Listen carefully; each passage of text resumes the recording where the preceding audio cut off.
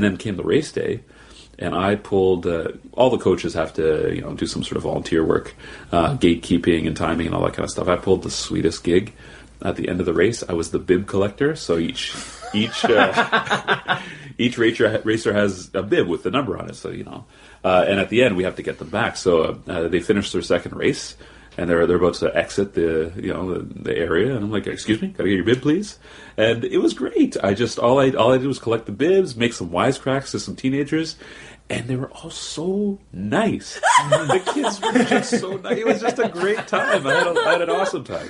So coaching scheme's been great. I really do think that that's a pretty sweet coaching gig. Yeah. It is. And I got one other story about that. On our training day, so the kids were the hill had the race course set up for them to practice, and one of the boys says, "Mr. Bowers, you gotta do the course. You gotta do the course." I'm like, yeah, no worry, I'll do it. And I'm not planning to do it, but because I'm an okay snowboarder, but if I actually have to plan where I'm going and turn, it's a whole other story. So I finally decided, okay, fine, I'll do it. If I'm not allowed to just hit whatever I want. Well, exactly, yeah. There's a gate, you say. Indeed. So I finally decided, okay, I'll do it. And I'm getting ready, I'm strapping in and all that. And of course, one of the coaches, the parents, he's a real wise guy, says, Everybody gather around, Mr. Bowers is about to go. So all the kids came to the top. I'm like, oh, thanks a lot. And sure enough, I started down the race, and the very first gate, I wiped out right on my back. Oh. It was beautiful. And, I made it down the rest of the way very, very slowly. So, yeah, but it was lots of fun. So I love coaching skiing. Mm-hmm. Other than that, I think the only other thing to talk about before we move on, I texted you last night, Dave, and I didn't get a response. I don't know if you got my text. I don't think I did. Oh. Or... Intriguing. Or you know what? I totally missed it. I don't know. Okay, so this is breaking news then. Yes. We are breaking news. I've applied to three department head positions at different schools. And so I had my first interview today. I've got one tomorrow, and I've got one the day after tomorrow. Wow. So it's been a busy time. I've been, getting my resume all done and the application in. And although you did say, that. Hey, plus, wanted to let you know in advance, and not while we were recording the podcast. Yeah. So that didn't really work out. But that's cool. It's okay. I didn't want you to burst out in tears on live on the air. I'll be honest with you. I had heard it through the grapevine that you were thinking about doing that, and I think honestly you're a great teacher, and you really do need to you deserve a position of responsibility, and if that's not going to be where we are, it has to be somewhere else. Yeah, I hope Scarborough keeps you. Yeah, well, I mean, there's a Scarborough school, and that is my number one choice, actually. So that's the one I have tomorrow. So we'll see. Today's interview was... I know the school that you're applying to, and I like your chance. Oh, I don't know. Good luck. Break a leg. Knock on wood. Whatever it is that you don't jinx an interview. Right. Do you say break a leg on an interview? I always say break a leg. I just say it anyway. Because but I also call when you guys... I call it rehearsals. Yeah, I know. You call our practices rehearsals and our uniforms costumes. Right. So I'm not really the one to consult on what you say, because I would say. But anyway, so you're applying for 3? Yeah, so I applied to one today. So the one...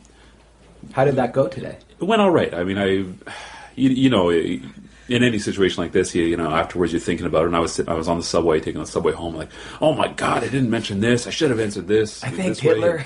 Yeah, that too. But... So, I mean, I give myself a level 3. So I did all right. But holy cow, were they ever nice. The principal and vice principal who interviewed me. I mean, they were really welcoming. They put me at ease right away. So I felt really free just to, throw in a couple of anecdotes here and there. And, I was really, I let my guard down, I guess you could say, in a good way. But you know what? I think there's really something to be said for making people feel comfortable and at ease in a interview situation, because...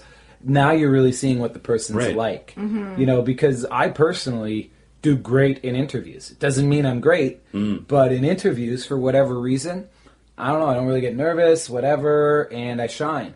But there's a lot of people who could probably do as good a job as me or better who don't. Yeah, I mean, and it's not right for me to get that because I don't get nervous. Yeah, an interview isn't really reflective of what you're going to do in the job, right? Oftentimes. But... yeah, well, the principal even took it a step further, talking about putting you at ease or seeing the real you. The last question was, tell me about the best moment you've had with sports. Oh, really? Yeah, which was like, oh my God, what kind of question is this? Is that what you said? Oh my God, what kind of question is that? No. Well, do you remember your answer? Oh yeah. Well, I mean, I said, geez, I mean, there's so many. I could talk your ear off. Well, why don't I just talk about the most recent one? And I talked about yes, I talked about big woman football. Right. Callback. So yeah, I talked about the football season this year. Which I believe is big win in football. Yes, isn't it? indeed. But it was great because I was just able to tell a story and speak from the heart. And I mean, I love talking about the coaching and the kids and all that. So it was a nice way to wrap it up. I will say this: what a great interview question to sort of gauge. I assume it was for a phys ed position. Yes. To gauge a person's passion. Mm-hmm. Well, and he said he does commitment. He said he does it for all his interviews. So he'll ask an English teacher, "Tell me about the best book you've read, or your favorite book that you've read in the last year, or something like that." So because he wants to see who that person is, who what they are, about. and what their passion is, and all that. Nice. So yeah, it was a really positive experience, and you never know. Apparently, it'll be a pretty competitive posting. This is a pretty high profile school. Oh yeah. So we'll see what happens, but yeah, Penn State. Yeah, indeed. You know what? Let's not even go down that road of making jokes about that. Oh, God, no. Oh, I didn't mean to say that. I certainly didn't mean to... No, yeah. You know what's funny? I was actually thinking about that just the other day. How horrible it is. You know what I mean? And just... You know what's funny is it got... Like, the uproar was just so, massive. And it was to the point, and it just blew up so much to the point that you almost forgot how horrible the thing was because everything was blowing up around it. And, But yeah, anyway, let's not talk about that. Yeah, let's not dwell on so that was my month. It's been really busy. I'm also starting my guidance part 3 course today, actually. So yeah, but I'll kind of put that on the back burner until I finish this round of interviews. Oh, so is it an online course? Or okay, yeah. So you just basically had your first lesson given out today? Or yeah, so I posted, assignment? "Hey everybody, I'm Adrian. This is who I am, what I'm about." I love it. Was that your first assignment? Yes. Just say hi? I love it. I love the say hi first assignment. Now leave me alone. Yeah. Hello everybody. Good guidancing. I will be responding to the exact minimum amount of required responses. I hate those guys in courses. Well... All right, well, that's awesome. Well, let's move on to our segment entitled Tweets from Twitter. I'm just going to call this up on my... All right, and Tweets from Twitter. And I'm just going to play the little stinger. I'm a birdie bird. Birdie, birdie, tweet! Wow. There we go. Production value has really gone up They since the really last time. Thank you. I'm pretty proud of that one. Wasn't there a cough in the last one? Yeah, I don't think it tested well. Yeah, that one didn't test. Yeah, that one didn't test as well. Well, we'll see how this one goes out to all the loungers out in Lounge Land. What do you say? Drink, crash. Yeah, so it's actually been a great week on Twitter. I mean, I'm going to just say tweets on Twitter. I really have to shout out to people who are doing Twitter chats. I've really been getting into it, and it's actually a lot of fun. It's a fun way to spend an hour and talk about teaching. So whether it's Sat Chat, Sun Chat, and I want to shout out to, and I always do this, I should really find the people before I start shouting out to them. That guy with the Twitter handle. Mm-hmm. Yeah, he's pretty good. Yeah, I like him. He's. I want to shout out to A.E. Stuavy. Just rolls off the tongue, doesn't it? Just because he said he liked the show. So I have to shout out to him. And look at this wonderful thing that Walter O. Duncan IV. You love him, don't you? I do love Walter O. Even if your middle name isn't Orenthal, I still love you. Alert! Please add Staff Loungin. He's a veteran teacher that talks with other teachers and makes a fun podcast. Hey! Teacher made. But I also... Teacher certified. And I want to shout out to Lucky Lindy. Lucky Lindy and I have a few things in common. She's left-wing, and she has a biracial child. Oh. Hey. There you go. And I'm left-wing, and one day hope to have a biracial child. So there's that. Oh, and there's all these different Twitter chats. It was actually Dave's yearbook. Yeah, that was actually my... Yeah. I'm left-wing, and I want to have a biracial child. Voted most likely to have a biracial child. Voted most likely to be left-wing and have a biracial child. And her name is Erin Osborne, and I just want to shout out to Erin Osborne as well from the Twitterverse, because she's starting up a new Twitter chat, 3:00 on Saturdays, called Teacher Voice, TCHR Voice, and it's actually it was a small Twitter chat, but it was a really fun Twitter chat. So I want to talk all about Twitter chats, and I want to shout out to the Succotash Podcast, because these guys are doing a great. They retweet our pods. Everyone, they retweet our stuff. Nice. Yeah. Succotash. Who got the somebody had to do it.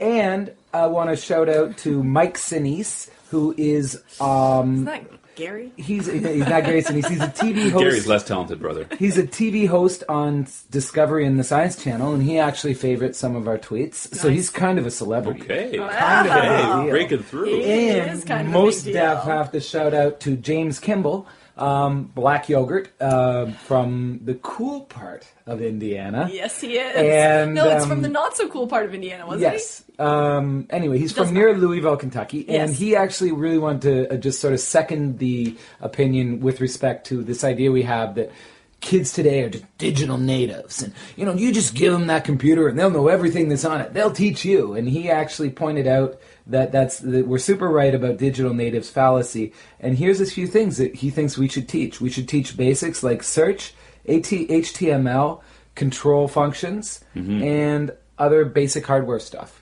How to attach, like you said the other day, Lisa, how no one in the class knows how to attach the overhead projector. They don't even know how to turn it on. They don't know how to turn on the projector. They can't I said overhead projector. I dated myself. The but LED projector? The LED projector. Thank you. Yeah. This sort of fallacy. Right. Yeah, it still has to be learned. You know what's funny? You talked about Black Yogurt there, and you mentioned him. Like, I've heard of this guy before. This guy's famous, isn't he? And then I realized you guys mentioned him on the previous podcast. So he is famous. He is famous amongst us. He's Jameis. James famous? Jameis? Oh, okay, I got you. I got you. That? That was good? Yeah, that was great? Yeah. Give me approval. I needed you. Oh, yeah. Let's not go there. We're not going to go there, because there's lots of controversy surrounding that guy. And we're going to move on to our new segment. Our next segment. Let me just cue it up. Got a little singer here. This one's a little harsh. I'm going to read it because I read it on Reddit. Boom, boom, Reddit. I did a little jazz thing at the end. You really did. It's called scatting. It's called scatting. Yeah. Which is also pooping, isn't it? Scat is poop. Isn't scat poop? Yeah. Yeah. Yeah. I know. Because the original scat singers just went, a poopity poop, poop, a poopity poop, pa, poop, poop, poopity poop, a poopity poop. That's what they did. Probably unrelated. I'm going to guess that the two are not. So I shouted out to the people of the Reddit universe, and we're actually going to do a topic of the week combined with Reddit on Reddit. And this week's topic is all about classroom management. And I'll be honest with you, I think we've set a record. Is this the fastest we've gotten through? No, we just were having a really good time talking. We're 28 minutes in. It's not bad. But it's still pretty good for us. Usually it's about 45 minutes when we're at my place. Yeah. I will say this, loungers out in lounge land. I hope that flew by for you as much as it flew by for us. We're on to the topic of the week. And so does each of us want to share one go-to classroom management tip or technique? Learn names early and learn them well. Absolutely. Because you can catch someone's attention if they're doing something wrong. You can compliment them if they're doing something right. Yeah. Instead of saying, hey, you, with the face in the shirt, you can say, David. Yeah. And nothing says you value a person like learning their name. Exactly. And I mean, and saying their name, it automatically comes with eye contact as well, which is pretty people powerful. look for their name. Yeah, instantly. For sure. Well, and it's not even just within your class. I mean, Adrian, you were a superstar at your school for kind of learning some kids' names as well. Remember, you talked about this in a previous podcast. And it was really, really helpful. And it was great for transitioning into the new school. And whenever I go to a new school, I will always do that from now on, because it was probably the most important thing that I did getting ready for a new school. Hey, there you go. Bonus material, loungers. Most important thing you have to do getting ready for a new school. Learning names. Names Get in the yearbook. powerful Get your hands things. on the yearbook. Indeed. So, Now, do you have a go-to? I do. This is pretty specific. It's specific to the phys ed realm. Okay. But what I do and what I've been doing for a long time as a phys ed teacher is you start the year off and you put the kids into groups, and those are we call them squads, and those are their squads for the